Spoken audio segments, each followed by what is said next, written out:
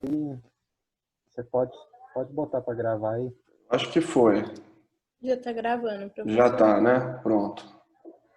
Então vamos lá, pessoal. Primeiramente, boa noite, né? Bem-vindo a mais uma hoje palestra, então, né? Com o nosso querido professor.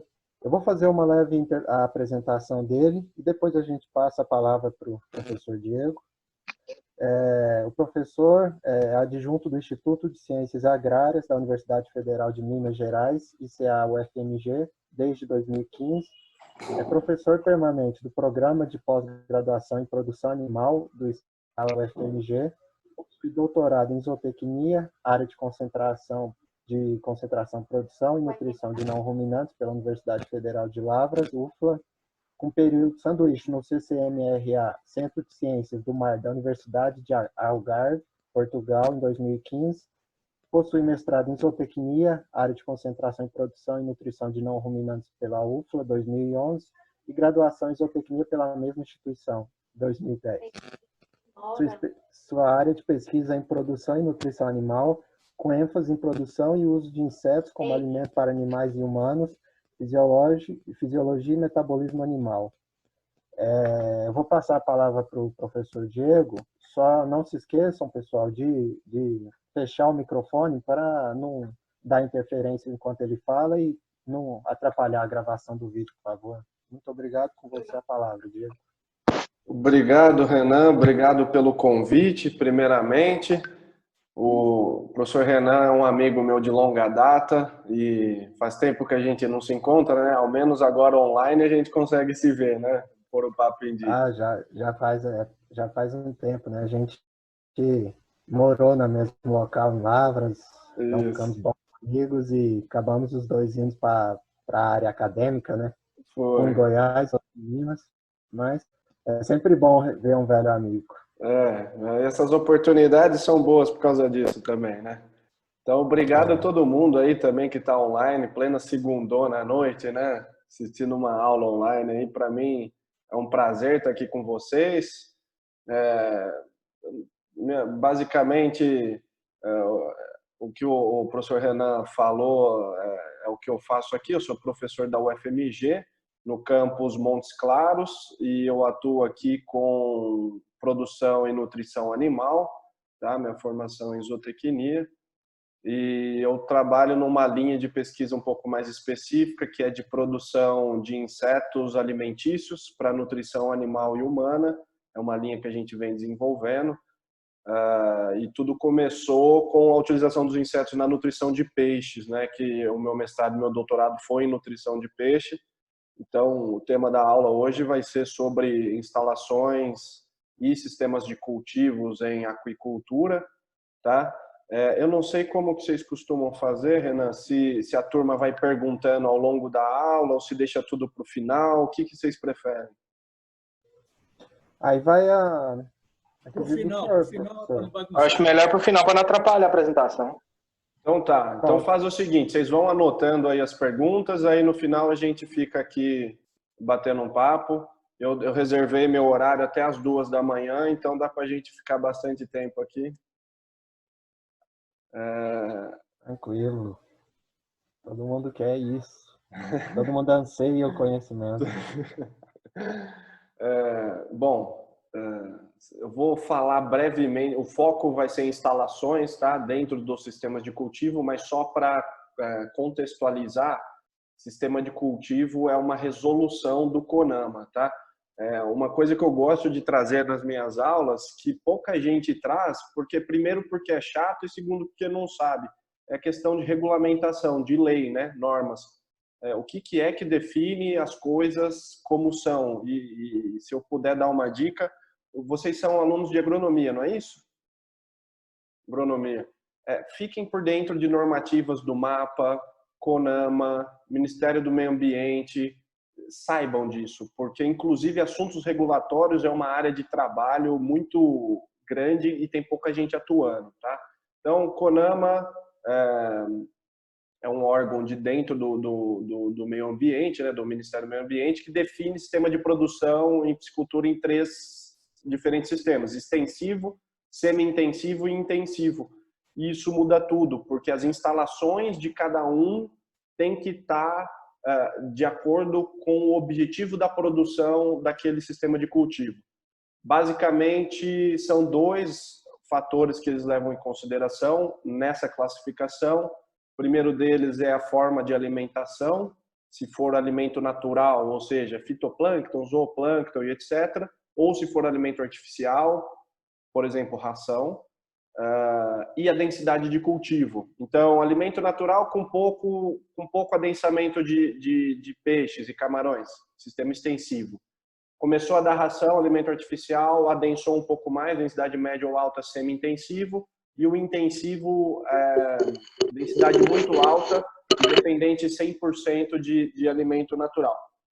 É muito comum vocês encontrarem em livros e profissionais falando e Instagram do pessoal, a turma falando, não, porque o sistema super intensivo, não existe sistema super intensivo, tá? De acordo com o CONAMA, lei, são 3 sistemas: extensivo, semi-intensivo e intensivo. O extensivo, eu vou gastar 30 segundos nele, porque ele não é produção animal técnica. Então, como nós somos técnicos, agrônomos, zootecnistas, veterinários, todo mundo que pode trabalhar na aquicultura, então esse é o tipo de sistema que a gente não quer.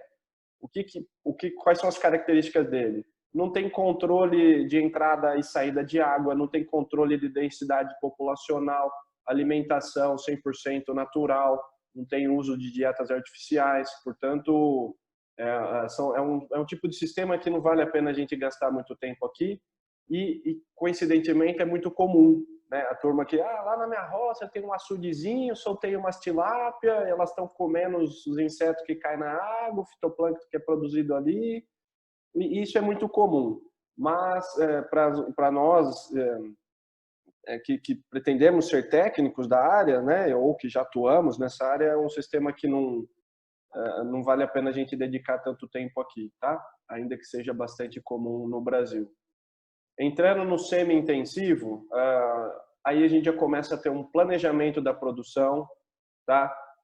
Lotes, número de animais, quantidade de ração fornecida, qualidade da ração, qualidade da água, né? Então, é um sistema bem mais controlado, que é onde vocês vão atuar, quem quiser atuar em aquicultura. Só abrindo um parênteses, a aquicultura, ela é a produção, é o sistema de produção de organismos aquáticos, seja 100% aquático ou uma fase dele na água. Então, por exemplo, ranicultura, produção de rãs, que está crescendo muito nesses restaurantes gourmetizados, estão começando a servir muita carne de rã, e é uma delícia, quem nunca comeu, coma. Ranicultura é uma cultura dentro da aquicultura. Piscicultura é outra, carcinocultura, que é a produção de camarão, é outra. Então, aquicultura é o geral, tá? E dentro da aquicultura tem peixe, rã, camarão, jacaré e etc. Beleza? Essa aqui geralmente feita, o semi-intensivo geralmente feita em viveiros, e eu já vou começar com outra lei, que é para vocês saberem qual que é a diferença entre viveiro e tanque. São coisas diferentes. Então, o sistema a instalação chamada viveiro, de acordo com essa lei, que era do Ministério da Pesca e Aquicultura, que hoje é a Secretaria de Pesca e Aquicultura dentro do Ministério da Agricultura, Pecuária e Abastecimento, ela define, viveiro é o seguinte: estrutura de terra escavada com controle de entrada e saída de água. Tanque é a mesma coisa, só que a parede é revestida. Então tem que ter algum tipo de revestimento na parede para ser chamado de tanque. Se for só terra, é viveiro. Tanque é quando reveste de lona, reveste de concreto, reveste de geomembrana, reveste de o que quer que seja, é tanque. Caixa d'água, né, fibroplástica, é tanque. Portanto, tudo que não for parede de terra, tiver algum vestimento, é tanque. E tanque-rede ou gaiola é aquele que é imerso dentro do corpo de água, dentro da massa de água, tá? De um lago, de um açude, de um rio, etc. Portanto, são essas 3 instalações básicas. Essas 3 instalações não definem se o sistema é intensivo, semi-intensivo ou extensivo. Você tem viveiro que é extensivo, você tem viveiro que é intensivo, tem viveiro que é semi-intensivo, e a gente vai falar um pouco mais disso daí, mas é só para conceitualizar. Quando eu falar de viveiro, tanque ou tanque-rede, para vocês saberem o que é, tá? Isso é a instalação básica de um viveiro, tá? Viveiro é o sistema de produção mais comum no Brasil. Ele é o que vocês mais vão encontrar aí nos sistemas de piscicultura e carcinocultura. Tá? Carcinocultura ainda a turma tem usado mais tanque, tem revestido esses viveiros com geomembrana para impedir uma interface solo-água. Essa interface solo-água muda muito a característica físico-química da água. Existe uma grande capacidade de troca de cátions e ânions, né? Aumenta muito a CTC, CTA do solo com a água, portanto muda a característica físico-química da água, aí a turma vai e reveste para evitar essa interface solo-água, para manter controle de qualidade de água basicamente, tá? Em solos arenosos a turma reveste para evitar infiltração, mas essa é a estrutura básica de um viveiro. Então vamos lá, por partes. A primeira parte aqui, ó, da esquerda para a direita, tem uma estrutura chamada dique.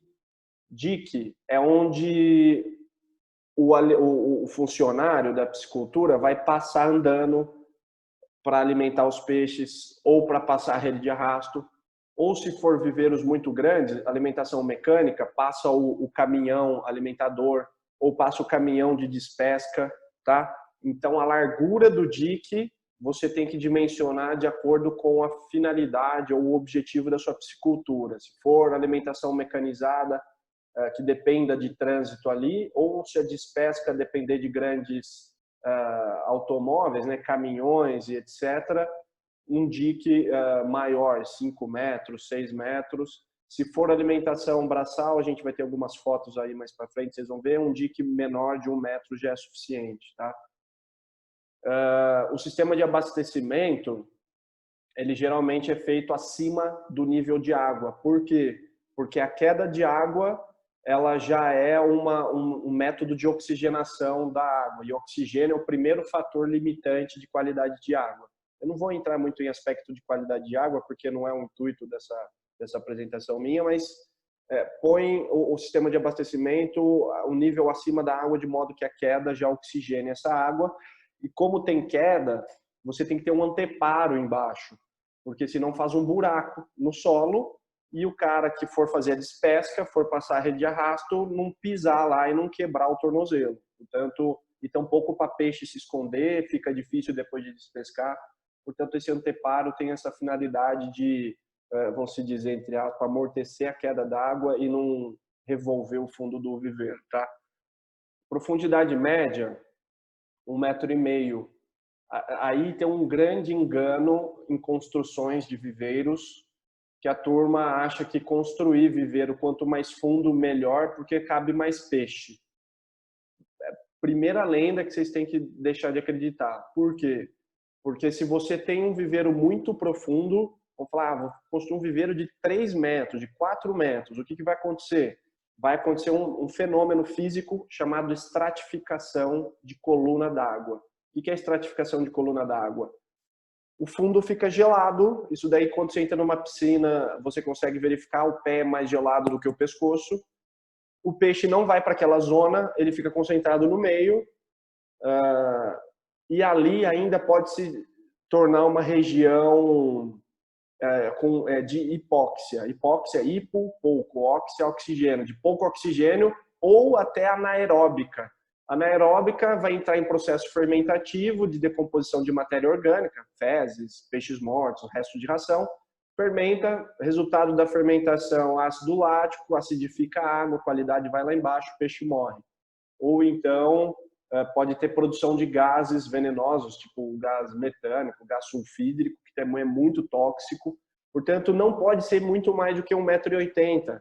Tá? Média de 1,5 m. Por que média? Porque ele começa raso e termina fundo, né?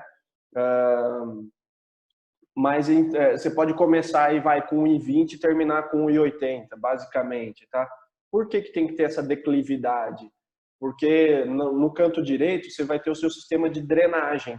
E se tivesse fundo declinoso, é por gravidade, as fezes e os restos de matéria orgânica, ração e etc., já vão para o sistema de drenagem. Então ele fica meio que autolimpante, tá? Então, basicamente é isso. A gente vai falar aí sobre o sistema de drenagem também. Essa é a construção de uma instalação básica de um viveiro escavado, tá?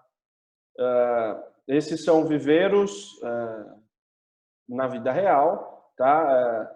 Você tem que acertar um ponto que é interessante. Você pode ver que tem gramíneas, né, na lateral do viveiro. Isso é interessante porque evita assoreamento da parede do viveiro para dentro do viveiro, né? O assoreamento é muito indesejado.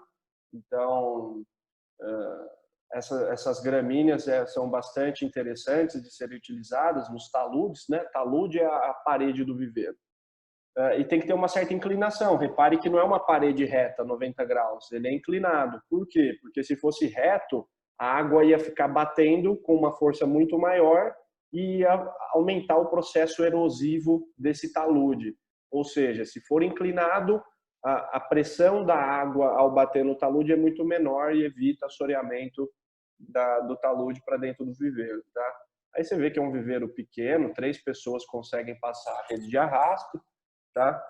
Nessa segunda foto também um viveiro é um pouco maior, mas nada que precise de uma alimentação mecânica, nada que precise de uma despesca mecânica. Então você vê que o dique, ou seja, onde as pessoas transitam entre um viveiro e outro, é bem curto, para um funcionário passar a pé, né? Então não passa carro ali. Ou seja, esse viveiro não é alimentado mecanicamente, tá? E agora eu vou dar um exemplo de viveiro em sistema intensivo, tá? Isso é uma tendência que vem surgindo, começou lá nos Estados Unidos, está chegando agora no Brasil, as primeiras pisciculturas estão adotando, que é o sistema de viveiro em split pond, tá? O que é isso? Split, do inglês, é dividir, e pond é viveiro escavado, tá? Então é um sistema de produção de viveiro dividido. Como que funciona isso daí? Vejam essa foto aérea. Você tem 2 viveiros nas laterais, normais, e no meio são 2 viveiros divididos. Os peixes, eles ficam confinados em altas densidades só nessa parte superior do viveiro, nessa parte menor do viveiro.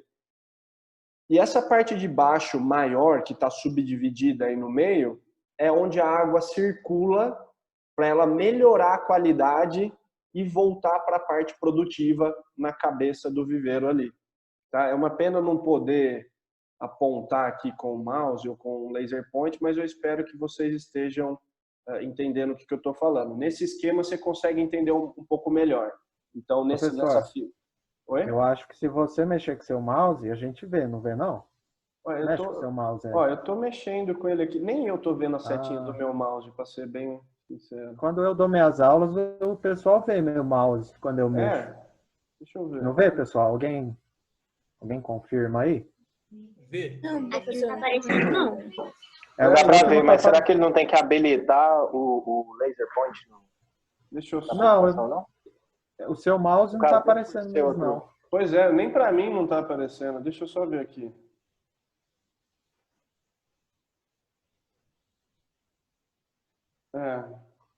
Não está dando. Eu tenho como passar o controle para o Renan, mas vamos ver aqui se vai dar. Pera lá. Acho que vai dar. Vamos ver. Não deu não. Não deu não. Mas beleza, vou tentando explicar aqui da forma que der. Então, nessa figura esquemática aí, você vê, o peixe vai ficar confinado do lado direito e no lado esquerdo, essa subdivisão no meio, é onde a água circula e aí tem 2 comportazinhas, uma de entrada e outra de saída da água.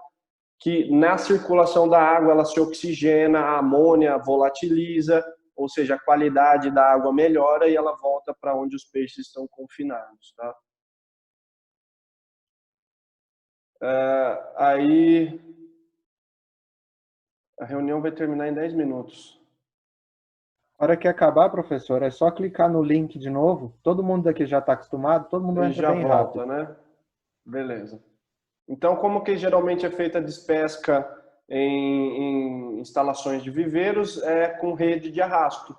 Então, na parte de cima da rede, você vê esse desenho esquemático aí da rede também, tem boias e na parte de baixo chumbada, né? Então, a parte de baixo vai arrastando no fim no fundo do viveiro e a parte de cima vai flutuando, tá?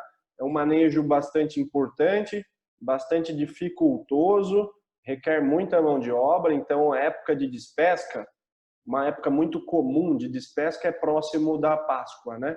Então todo mundo quer vender peixe na Páscoa. Aí regiões de grandes demandas de piscicultura ou carcinocultura sofrem um pouco na hora de contratar funcionários, né? Porque a mão de obra é escassa. Então você vê, para despescar um tanque, um viveiro, precisa de 10, 15 pessoas, dependendo do tamanho do viveiro, ou de caminhão, né? Se for despesca mecanizada.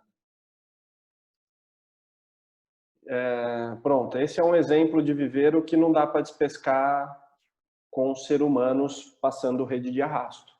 É um viveiro gigantesco que depende de despesca mecanizada. Como que é a despesca mecanizada? Você solta a rede de um lado, solta a ponta da rede do outro, e um braço mecânico, uma roldana mecânica, vem tracionando essa rede, e a despesca é feita por pulsar. Pulsar é o nome dessa estrutura aí do caminhão que está içando, né, os peixes.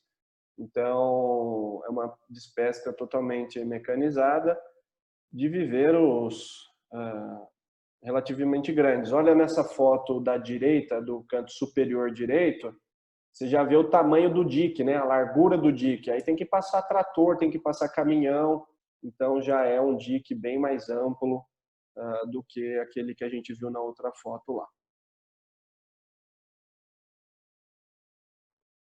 Aí a gente já está entrando no sistema de cultivo de tanque, ou seja, tanque tem que ter parede revestida, e aí nesse caso a parede já pode ser 90 graus, porque esse tanque aqui da foto da direita é um tanque de alvenaria, portanto ele não sofre com o processo de erosão, a água pode bater ali à vontade. E esse outro tanque em formato circular também é interessante porque você consegue fazer um fluxo circular da água, então espécies que demandam fluxo da água aumentado ou maiores níveis de oxigênio, por exemplo, a truta, é um sistema de cultivo bastante interessante. Quando que se usa esses tanques no lugar de viver? É quando você não quer ter interface solo-água ou quando a produção justifica, a fase da produção justifica. Por exemplo, fase de alevinagem, que é uma fase muito delicada da produção de peixe, você pode utilizar tanques e aí você consegue proteger esse cultivo, você consegue fazer um cultivo protegido dentro de estufa. Então, olha essa foto aí de cima, uma estufa, onde você protege ali contra várias coisas. A primeira coisa é contra alterações climáticas. Então, ao esfriar, dentro do tanque não esfria tanto. E você protege também contra predadores. Então, nessa piscicultura aí dessa foto, havia uma grande problema de garça. Garça, assim, ó, jantava os peixes muito, e lontra. Então as lontras também entravam no tanque, enchia a barriga lá de tilápia. Então é uma fase que precisou de proteger o cultivo. Ou então, por exemplo, peixe ornamental, né? Peixe ornamental você não vende no quilo, você vende na unidade. Então aí justifica você investir numa instalação de estufa, né? Para proteger a sua produção. E o tanque rede, ele então pode ser chamado de gaiola, né, ou tanque rede. Ele é formado aí basicamente dessas estruturas, né? Ele tem uma armação metálica, a malha granulometria não, como é que fala? O espaçamento da malha, ele vai ser de acordo com a fase de cultivo do peixe, claro. Então, a levinocultura, a produção de alevinos, é uma malha bem menor, fase de engorda, uma malha bem maior, tá? Uma abertura bem maior, que permite um maior fluxo da água dentro do tanque-rede, ou seja, aumenta a qualidade de água, aumenta a renovação de água, né? Ele também tem uma cobertura para evitar predadores e evitar escape de espécies também. E os flutuadores, que são esses galões brancos, né, que fazem o tanque-rede flutuar na água, tá? Por que tanque-rede é interessante? Porque a nossa matriz energética no Brasil é hidroelétrica. Então, nós temos grandes reservatórios de água. Aqui no estado de Minas Gerais, são vários, né? O Lago de Furnas é um grande exemplo, onde tem bastante produção de peixe. E o sistema de produção nessas represas de usinas é em tanque-rede, né? Na maioria dos casos. Então, aí são fotos de pisciculturas, né, em tanque-rede. Reparem que existe uma corda, né, que une um tanque-rede ao outro, claro, porque senão ele ia ficar à deriva, né, ele ia flutuar de acordo com o que o vento levasse ele. Então, eles têm que ter essa instalação também de um sistema de amarrilho, né, para mantê-los fixos, tá? E geralmente a composição dos tanque-redes no corpo d'água é transversal ao fluxo da água. Ou seja, olha essa foto da direita, a água está passando da esquerda para a direita ou da direita para a esquerda, ela não está de cima para baixo. Entendeu? Então ela é transversal ao fluxo da água. Essa é a foto de uma piscicultura no sul de Minas, era uma criação de pacu, na represa de Tutinga. Aí uma produção de piracanjuba, uma espécie muito admirada não só pelo sabor da carne, mas também sobre a esportividade dela para pesca. Aí é o reservatório de Três Marias, em Minas Gerais também, uma produção de tilápia, todas em tanque-redes, né? Vale a pena também destacar nos flutuadores aí que tenham identificações, né? Então, isso é para controle zootécnico da produção, saber que dia que o peixe entrou, quantos peixes foram inseridos, quantidade de ração. Então, você identifica cada tanque-rede desse como uma unidade produtiva. E aí o agrônomo, o zootecnista, o médico veterinário que está como técnico da produção, fazer o controle disso daí nas planilhas de controle de produção, né? E aí é um tanque-rede um pouco mais diferenciado, né? Para produções offshore. Offshore são produções em águas abertas, tá? Geralmente marinhas. E isso é uma produção de salmão na Noruega, tá? E essa foto de baixo, uma produção de salmão no Chile. São tanque-redes de volumes gigantescos, né? A alimentação tem que ser feita por grandes embarcações, né? Você vê essa foto de cima, tem uma estação de controle e monitoramento em cima. Então, aí cabe muito peixe, viu, turma? Isso é realmente uma grandíssima piscicultura, tá? Esses são grandes investimentos, né, para grandes empresas. Mas, basicamente, o que vocês vão encontrar na vida de vocês vai ser esse tanque-rede aí. Ele tem que ter resistência, porque num lago cheio de piranha, elas ficam doidas para comer tilápias, que estão dentro do tanque, então tem que ter alguma resistência na estrutura. Em Goiás, eu sei que tem muita piscicultura em tanque-rede na Serra da Mesa. É um lago bastante conhecido para o pessoal que gosta de pesca esportiva, né? Tem muito tucunaré. O tucunaré tomou lá a Serra da Mesa, né? E imagina, produzir tilápia, imagina, no meio de uma população de tucunaré não é fácil, né? Tucunaré é um peixe totalmente agressivo, carnívoro, né?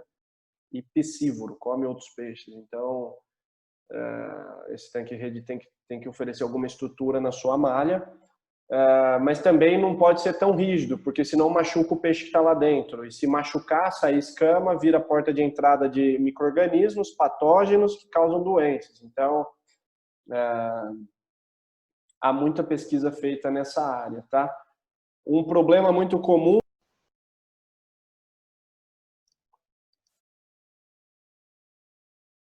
Bom, então eu estava falando da estrutura do tanque-rede, né? E um problema muito comum nessas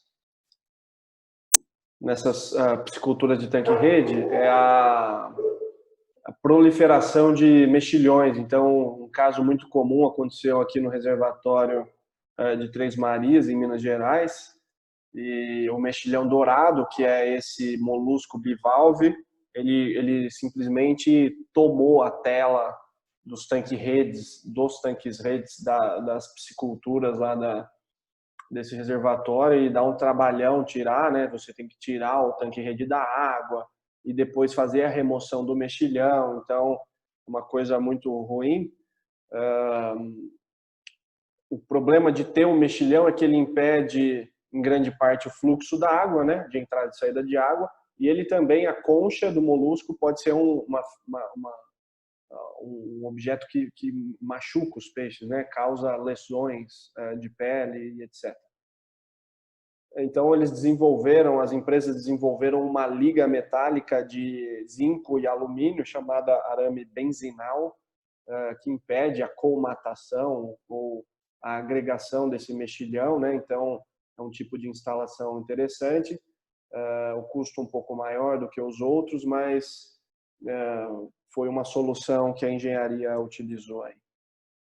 Como que é a instalação desse sistema de cultivo? Basicamente, a ração é fornecida pela parte superior, tá? Decanta-se fezes e restos de ração. A passagem de água é transversal, tá? E uma parte fica acima da água, flutuando. Nessa foto da direita, vejam que tem um sinalizador, tá? Esse sinalizador é para tráfego de embarcações, tá? Então, isso daí é a Marinha brasileira que regulamenta. A Marinha, vocês devem imaginar que ela também regulamenta águas interiores, não é só água aberta, né? Não é só o mar. Então, são normativas que tem que ter uma piscicultura de águas abertas. E existe também uma poita, né? Um peso que fixa esses tanque-redes e impedem eles de saírem pelo corpo d'água fora, de acordo com rajadas de vento e etc. Né? O peso ele pode ser submerso ou pode ser também na margem do corpo d'água, dependendo da distância, pode ser amarrado fora da água. Como que se dá a despesca em tanque-rede? Geralmente utiliza-se esse tipo de instalação como se fosse uma balsazinha, um flutuador, um tablado flutuador, onde você traz o tanque-rede, encaixa o tanque-rede ali na metade, né? E issa ele, né? Ergue o tanque-rede de modo que facilite a retirada dos peixes de lá de dentro. Então, aí mais uma foto de uma instalação de uma balsa para despesca. E nessa foto da direita é um outro método, eles já estão muito mais perto da margem, e então é só trazer o tanque-rede para próximo da margem e fazer também essa despesca. Aí é uma instalação, um tipo de instalação de piscicultura em tanque-rede bastante utilizado na Ásia. Essa foto é do Vietnã. Então, Vietnã, Tailândia, Indonésia, Mianmar, eles utilizam essas pequenas comunidades piscícolas. Então, nessa casa vive uma família que cultiva na sua fazenda privada os peixes nesses tanques e depois faz a comercialização. Isso daí, se eu não me engano, é no rio Mekong. E veja que tem bastante comunidade dessa, né? Então, muito interessante. Esse sistema de produção aqui no Brasil ainda muito pouco utilizado, né? Esse quadro aí, só para vocês terem noção, eu não vou entrar no aspecto de manejo e nem de produção, já que o foco da aula é instalações, mas só para vocês terem noção de como que se dá a densidade de cultivo de peixe nos diferentes sistemas de produção. Então, tanque-rede, muito mais adensado, tanque mediamente adensado e viveiro menos adensado. Claro que tem as suas peculiaridades, você pega um viveiro do tipo split pond, que a gente falou há 3, 4 slides atrás, a densidade é altíssima, mas isso regra geral, o viveiro é menos adensado, tanque médio e tanque-rede muito adensado. Por que tanque-rede muito adensado? Porque a troca de água se dá de maneira muito grande, então não tem limitação quanto à qualidade da água, coisa que acontece no tanque e no viveiro, tá? Errou na qualidade da água, errou na densidade de cultivo, acontece isso daí. Essa foto parte o coração, porque você vê o tamanho do peixe. Ele já estava na fase pré-abate, né? Então, um peixe que já estava quase terminado, né? Então, imagina o tanto de ração que você não gastou, de tempo, de mão de obra, né? Para chegar nessa fase e ter uma mortalidade desse jeito é realmente uma perda muito severa por erro daqueles fatores que eu mencionei, de alimentação e densidade de cultivo. Existe um outro tipo de construção em aquicultura chamada raceway. A raceway, ela se dá por uma característica: altíssima renovação de água. Então, você pode ter até 20 renovação de água por hora, tá? E se dá em tanques. Então, são tanques com alta renovação de água. Isso são fotos de raceways. Quando que se utiliza raceway? Quando você tem muita disponibilidade de água ou quando a espécie que você está produzindo exige muito oxigênio dissolvido, tipo truta. Truta geralmente se cria em raceway ou se cria em sistema de recirculação, que é o próximo assunto. Então, aí são também fotos de pisciculturas de trutas no interior de São Paulo. Essa daí fica na região de... como é que chama aquela cidade no interior? Me deu um branco aqui, aquela que a turma vai fazer turismo lá, passar frio e comer fundi, beber vinho. Campos do Jordão? Campos do Jordão, exatamente. Campos do Jordão. Obrigado. Aí, mais uma foto de piscicultura em raceway. Tá? Então, são tanques revestidos de concreto ou alvenaria com grande renovação de água. Tá? Esses aí no formato circular. Tá? E agora, mais um sistema de cultivo. Esse é o sistema de recirculação. É o que está mais se expandindo no Brasil, requer uma grande quantidade de tecnologia aplicada, tecnologia no sentido de instalações e de mão de obra técnica, porque você tem que ter controle total da produção. Então, controle de alimentação, de qualidade de água, de biometria e desenvolvimento dos peixes. Então, no inglês eles chamam de RAS, né? Recirculating Aquaculture System, mas a gente só chama de sistema de recirculação, tá? E ela é muito boa porque você controla tudo. No entanto, o capital investido é um pouco maior e a mão de obra técnica tem que ter, senão você não consegue produzir. Isso é um sistema de recirculação para produção de salmão, tá? Chega a ser bonito até, né? Então, a verificação dos tanques se dá de maneira superior, né? Aérea, então você passa em cima dos tanques. Claro que a gente está mostrando aí uma foto de um sistema muito grande, altamente tecnológico, né? Eu tenho aqui na UFMG, eu montei um sistema de recirculação aqui em caixas d'água de 150 litros. Então, eu tenho 21 caixas d'água de 150 litros interconectadas e que fazem basicamente esse papel numa escala menor, né? Então, essa é a instalação básica de um tanque de um sistema de recirculação. Então, basicamente, a saída da água se dá por baixo. Por quê? Porque não só se aproveita a força da gravidade, mas, sobretudo, a saída por baixo já torna o tanque autolimpante, né? Então, por decantação, as fezes, restos de ração já vai para o sistema de esgoto, que vai ser filtrado, né? Essa água é um sistema fechado de recirculação, então não tem tanta entrada e saída de água. Você enche o sistema uma vez e ele fica recirculando de maneira fechada, tá? E aí você tem que ter um sistema sifão aí do lado que controla o nível da água, né? Então, essa abertura desse cano de PVC aí na direita, ela impede, ela que controla o nível da água, tá? Se você abaixar esse cano, o nível da água no tanque diminui, se você deixar ele perpendicular, o nível da água aumenta. E a filtragem, que é o coração do sistema de recirculação. Então, você não consegue montar um sistema de recirculação sem um processo de filtragem muito bom. Por quê? Você não tem renovação de água. Você tem, quer dizer, a água renova no tanque, mas ela não vai embora e você põe água nova, né? Ela passa pelo sistema de filtragem e volta para o tanque. Então, o sistema de filtragem, basicamente dividido em física, química e biológica. A gente vai falar um pouquinho de cada uma rapidão aqui, tá? Porque só isso daí é um tema de aula. Filtragem física é para retirada de sólidos, seja sólidos suspensos, sejam sólidos sedimentáveis, tá? Então, a sedimentação, ou seja, o processo de deixar a sujeira sedimentar é um processo de filtragem física.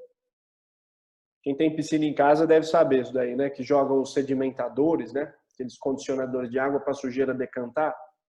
É isso daí. A filtragem física mecânica se dá por filtros mesmo.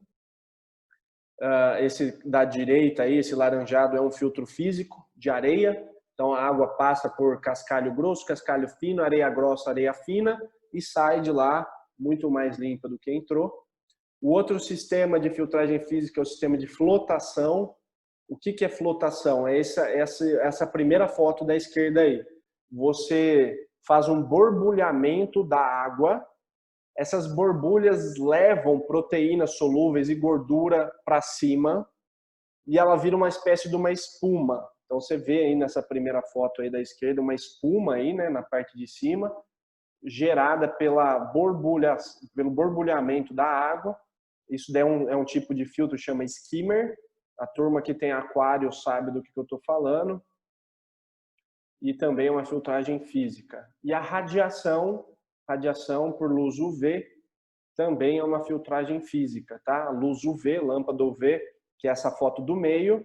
Essa foto do meio é um belíssimo de um filtro UV, que por radiação UV desnatura o material genético de micro-organismos patógenos. Então é uma filtragem física e não química, como todo mundo pensa que é.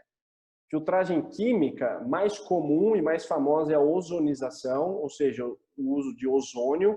Então, são reatores que geram O3, né? O ozônio são 3 moléculas de oxigênio juntas, é o O2 mais um oxigênio, O3. E ele é altamente efetivo na melhora de qualidade de água, né? Então, ozonização é um processo muito efetivo de filtragem química. E o outro que já é mais famoso, porque a água que a gente toma da torneira aí, que usa da torneira, passa por esse processo de filtragem química, que é o uso do cloro, né? Para piscicultura, você vai usar cloro? Não, não vai, porque cloro é muito tóxico para peixe. Quando que você vai usar cloro? Quando você vai fazer despesca e vai iniciar um novo sistema um novo ciclo produtivo. Aí entre um ciclo e outro você usa cloro, tá? Filtragem biológica, que é o último tipo de filtragem, ela é muito comum nesses aquários e nos sistemas de recirculação. O que é a filtragem biológica? Substrato, nesse caso aí são os corais, as pedras, eles são colonizados por bactérias, que são essas daí.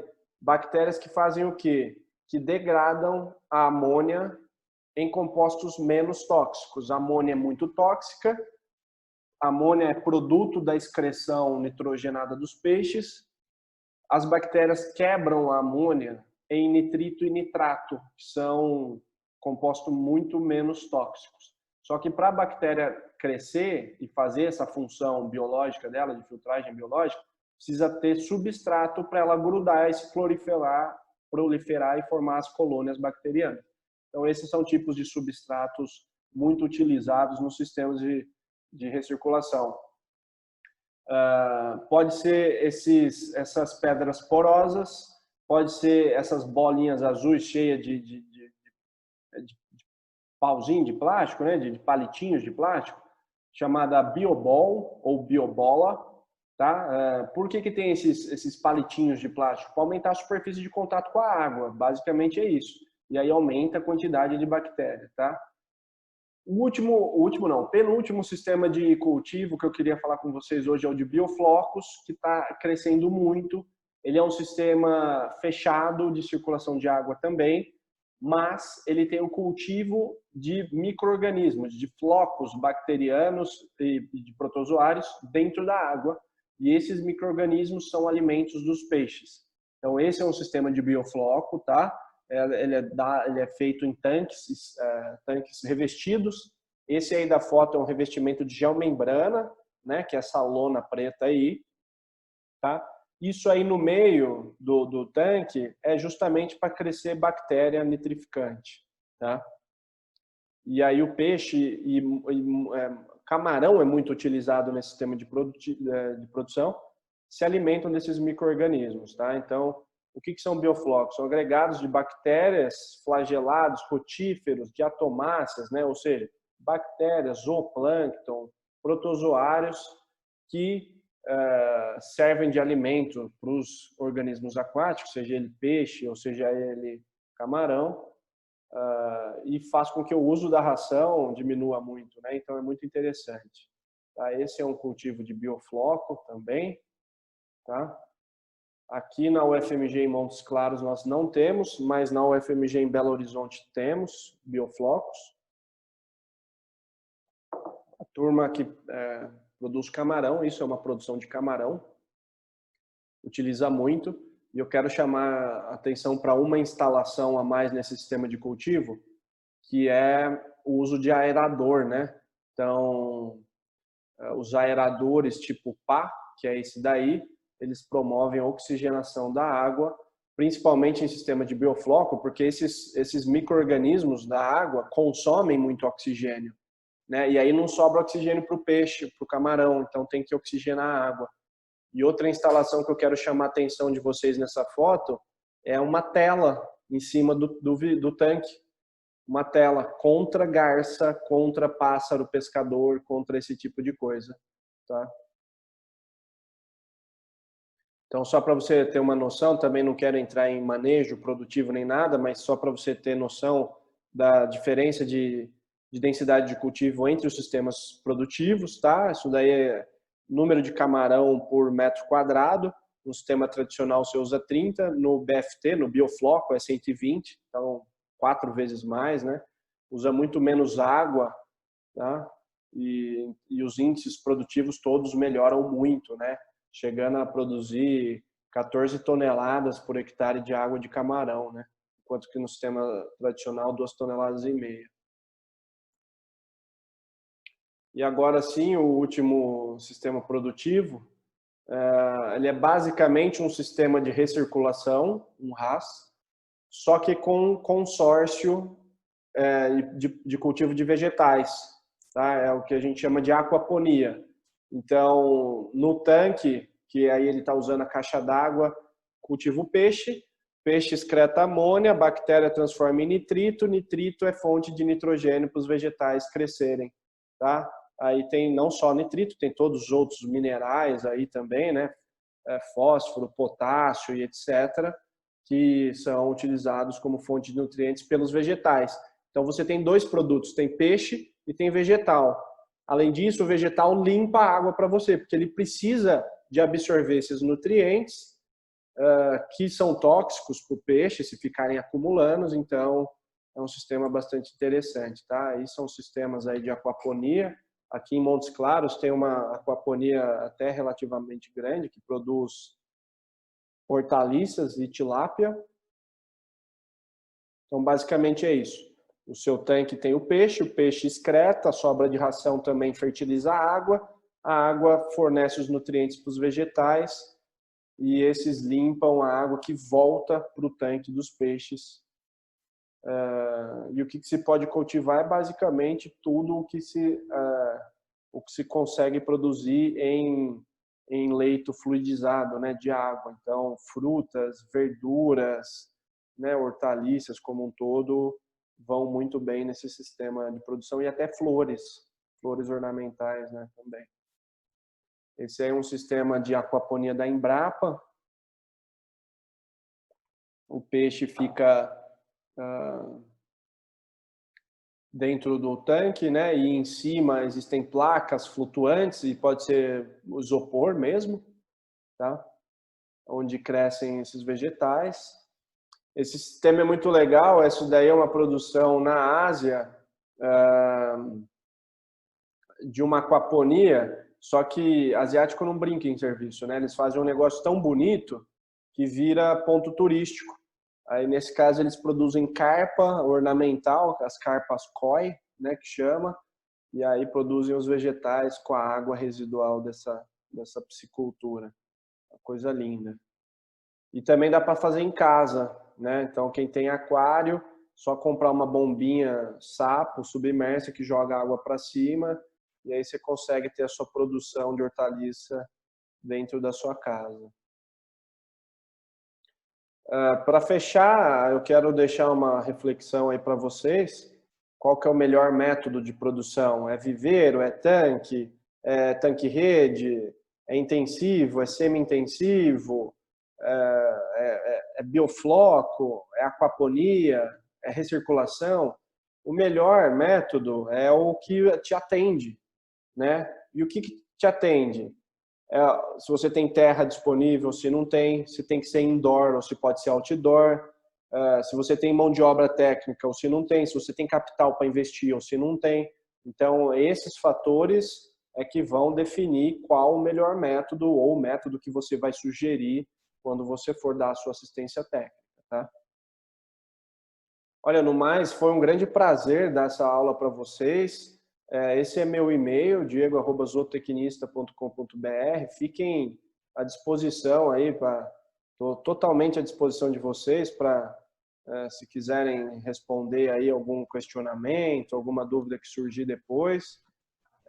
Para mim é um grande prazer poder ajudar, e obrigado mais uma vez ao professor Renan pelo convite. Tá? Fico muito feliz de ter passado esse tempo aqui com vocês e espero que tenham gostado também. Bom, muito obrigado, Diego, pela ótima apresentação. Acredito que todo mundo tenha se interessado bastante. Nós temos aí já uma dúvida por escrito, né? A dúvida é: temos um projeto de aquaponia com integração do peixe tilápia, mas tivemos algumas perdas de algumas tilápias no sistema. Você acha que é falta de bactérias, como você citou na apresentação? Tá. Ô, Renan, a gravação continua ou eu pauso? Pode continuar. Pode continuar. Tá, bom, é difícil... Deixa eu só interromper meu compartilhamento aqui. Eu estou compartilhando minha tela ainda? Já interrompeu, né? Já, está nos quadrinhos. Pronto. É muito difícil falar assim o que é que aconteceu, mas o primeiro indício é qualidade de água, tá? Então, teria que ver principalmente o nível de amônia da água, porque a amônia é muito tóxica, tá? Então, amônia e oxigênio, eu diria que são os dois principais fatores aí limitantes de qualidade de água, mas não necessariamente a qualidade de água, pode ter sido alguma patologia, né, alguma doença. Então, eu diria para tentar essas duas frentes, qualidade de água e sanidade dos animais, tá? Pessoal, está aberto a perguntas. Quem quiser, é uma chance única aí para retirar suas dúvidas. Eu tenho uma pergunta, professor. Sim. Eu acho que é uma pergunta do meu grupo também, que a gente está fazendo um trabalho sobre aquaponia, né? Uhum. E tá dando muita larvinha na raiz do nosso rabanete. É uma mosca, eu até esqueci o nome da mosca agora, que tá depositando essa larvinha nas raízes do rabanete e não tá. Aí o rabanete não tá produzindo Uhum.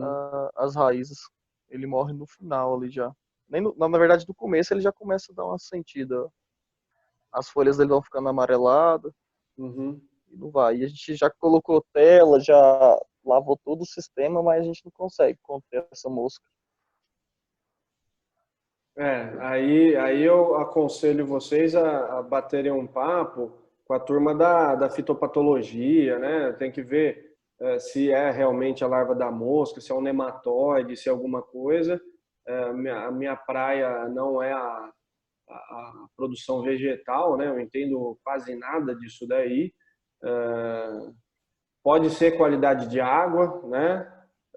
Pode ser água eutrofizada. Água eutrofizada é quando tem muitos níveis de NPK, né? Então, nitrogênio, fósforo, potássio em alta quantidade na água atrai esses tipos de insetos e parasitas, né?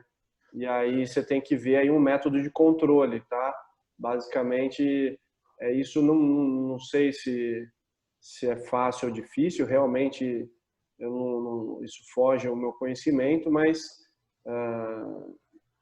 o que eu posso te adiantar é que dificilmente um parasita do vegetal vai parasitar também o peixe, né? Então, quanto à produção animal, quanto aos peixes, eu acho que vocês podem ficar mais tranquilos, tá? E se atentem à qualidade da água. O sistema aquapônico, o coração dele é manutenção de qualidade de água, tá? Inclusive, eu tive visitando ano passado uma produção de aquaponia da Universidade de New Hampshire, nos Estados Unidos, e o nível de controle de qualidade dos caras era tanto que o professor lá, o pesquisador da área, ele estava estudando microelementos da água, microminerais, né? Influência dos níveis de microminerais na produção dos vegetais em sistemas aquapônicos. Então, realmente a turma vai a fundo aí nos estudos. Então, o que eu posso te resumir é: troca uma ideia com a turma da agronomia que sabe fazer esse tipo de controle de parasitas, tá? Quanto aos peixes, não se preocupe tanto, mas veja a qualidade de água, tá? Professor, tem várias perguntas aqui, eu acho que está indo para mim, então eu vou te repassar. Tá. Por favor, fazer uma abordagem da possibilidade de criação de rã no norte de Minas. Tem essa possibilidade ou não? Com certeza tem. A produção de rã é uma cultura que tem crescido bastante de tempos para cá, porque o mercado gourmet tem absorvido. Eu não sei se vocês já comeram rã ou não, mas ela assim, é deliciosa. Essa reunião também vai terminar daqui 10 minutos. Qualquer coisa, tem o e-mail, né? Pessoal aí que quiser tirar qualquer dúvida, mas vamos Sim, debatendo aí. estou à disposição. A ranicultura ela tem um valor agregado muito interessante, né? O preço da carne da rã ela é bem mais alto do que a carne de algumas espécies de peixes, né? Não vou falar todas, porque, sei lá, salmão, bacalhau, atum também é caro, mas comparado com tilápia, tambaqui, a carne da rã tem um preço mais elevado. E ela está caindo no gosto do brasileiro, né? Então, grandes centros, São Paulo, Rio de Janeiro, Belo Horizonte, Goiânia, etc., tem absorvido esse tipo de carne. Norte de Minas é interessante por causa do clima, né? Você citou norte de Minas, então eu posso te falar do clima daqui, é quente, bem parecido aí com Goiás, e a gente fez agora uma pesquisa com uma parceria com a Universidade de Alfenas, utilizando proteína de inseto na ranicultura, né? Vocês imaginam, se a rã não gostou de comer inseto, né? A gente produziu os insetos em cativeiro, fez a farinha do inseto, incorporou na ração das rãs e fizemos esse estudo. Então, sim, a ranicultura é uma cultura que me agrada bastante. Outra pergunta aqui, professor. No caso da profundidade ideal, que foi citada em sistema de viveiro e tanque, até 1,80, como os peixes se comportam em sistema de tanque e rede, já que eles estão em uma faixa mais superficial da água? Aí eles estão confinados, né? Eles não têm essa mobilidade tanto, eles ficam confinados no tanque-rede e eles estão na faixa mais superficial da água realmente, o que traz dois benefícios. O primeiro, a coluna superficial da água tende a ser mais oxigenada, porque está em contato com o ar atmosférico, que é incorporado na água, não em grande parte, mas sim em alguma quantidade, e também numa temperatura mais elevada, né, comparada a profundidades maiores. Então, isso é bom, mas ele fica confinado, tá? Então, basicamente, ele está por conta ali de comer ração e engordar, tá? Uma dúvida até minha, você comentou de rã, professor, e eu já conversei com um criador aqui que ele fala que a rã em Goiás cresce mais rápido do que em outros locais, pelo clima. Isso tem alguma relação? Tem, total. Porque rã é um animal psilotérmico, né? Então, se você está numa região mais quente, o metabolismo dela acelera, ganho de peso aumenta, né? Sobrevivência aumenta. Então, sim, tem a ver, sim. Alguém tem mais algum questionamento? Professor, eu tenho um com relação à amônia. Já é sabido que a amônia ela é altamente prejudicial para os peixes, chega até a matar o peixe, dependendo do nível de concentração. Sim. E até em aquários as pessoas fazem a troca de parcial da água, né? Tiram ali um terço da água, porque Isso. eu acredito que a amônia ela não vai embora quando é feito O sistema de filtragem biológica, né? É porque aquário, a filtragem biológica dele assim, não é tão efetiva, né? Claro que tem gente que tem aquários, os aquaristas jumbo, né, que chama, aquários de grandes volumes, que tem embaixo do aquário, geralmente, no móvel, né, eles põem lá baldes ou até aquários menores de vidro ou caixas plásticas para sistemas de filtragem, né, biológica. Mas esses aquários menores, de cima de mesa, assim, não tem uma filtragem biológica tão boa. Então, tem sim que fazer a troca parcial de água, TPA, eles chamam, né? Essa TPA ela também é feita em caixas d'água, em criação desses peixes, em aquaponia, por exemplo? Tem que sempre ter feito essa troca ou ele só repõe a água enquanto vai evaporando? Não, o ideal é que o sistema de filtragem seja tão efetivo que você não tenha que se preocupar com amônia. Tá? Você vai controlá-la, claro, vai mensurar ela a cada 2 dias ou até todo dia. Se o seu sistema estiver muito estabilizado, uma vez a cada 4, 5 dias. Mas o ideal é que o sistema de filtragem dê conta dessa amônia, ou então dos vegetais, né, que absorve essa amônia. A troca que você faz, ou melhor, a reposição de água que você faz, é só para repor a que você perdeu por evaporação, tá? Que vai diminuindo o nível da água dentro do sistema, então você só repõe esse tipo de água só. Se você tem que fazer troca parcial de água no sistema de recirculação por causa de amônia, é porque seu filtro foi mal dimensionado, tá? Fraco. E questão de botar igual o pessoal coloca, cerâmicas, essas bioballs, essas coisas, já melhora muito o seu sistema de filtragem. Melhora muito, porque isso serve de substrato para a colonização dessas bactérias nitrificantes, né? Então... Você vê o pessoal colocando até tijolo, né? Parece, tijolo. Aqui, você sabe que quando eu montei o meu sistema de recirculação, eu tinha aprovado um projeto pequeno, eu captei pouco recurso para montar ele, então eu tinha que economizar. Aí você sabe como que a gente montou o nosso biofiltro? Com tampa de garrafa PET. Fizemos um saco de sombrite, pusemos um monte de tampa de garrafa PET lá. Então, é tudo o que sirva de substrato para a colonização bacteriana dar certo. Quanto maior a superfície de contato com a água, melhor é. Tá?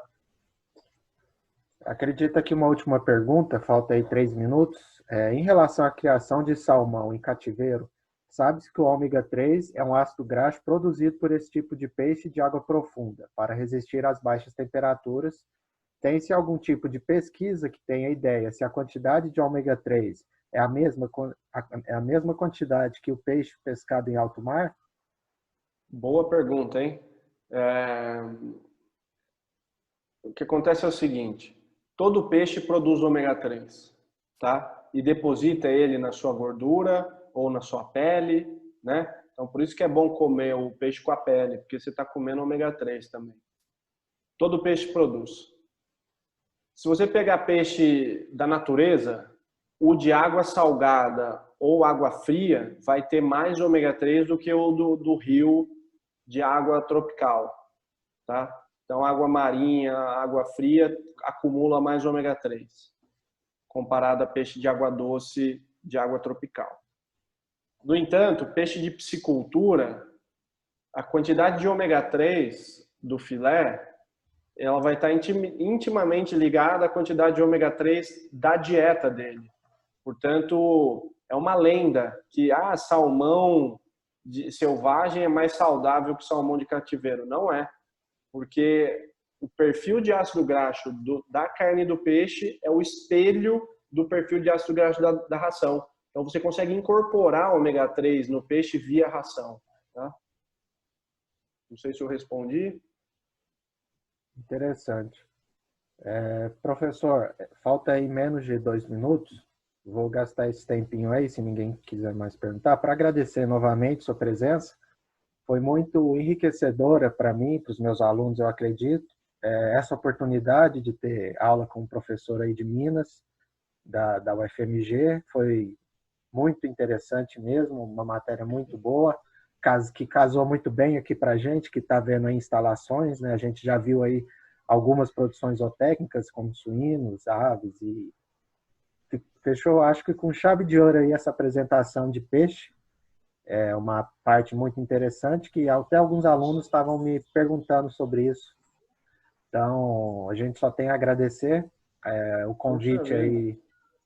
Sempre que precisar, estamos aqui. Pode chamar, contatar, para o que for. E, em nome da turma, eu que agradeço aí pela oportunidade de ver um pouco mais de perto aí com quem sabe tanto sobre peixe. Puxa vida, imagina, para mim é um prazer estar aqui com vocês e me chamou a atenção aí que a turma está online aí ainda, né?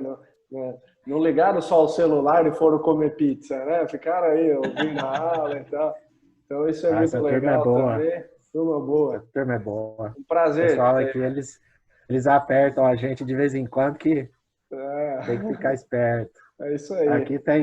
Aqui tem uns 4 mestres de obra aí, que são meus mestres de obra, que sabem mais de construções aí que metade do Brasil. Isso é bom demais, né?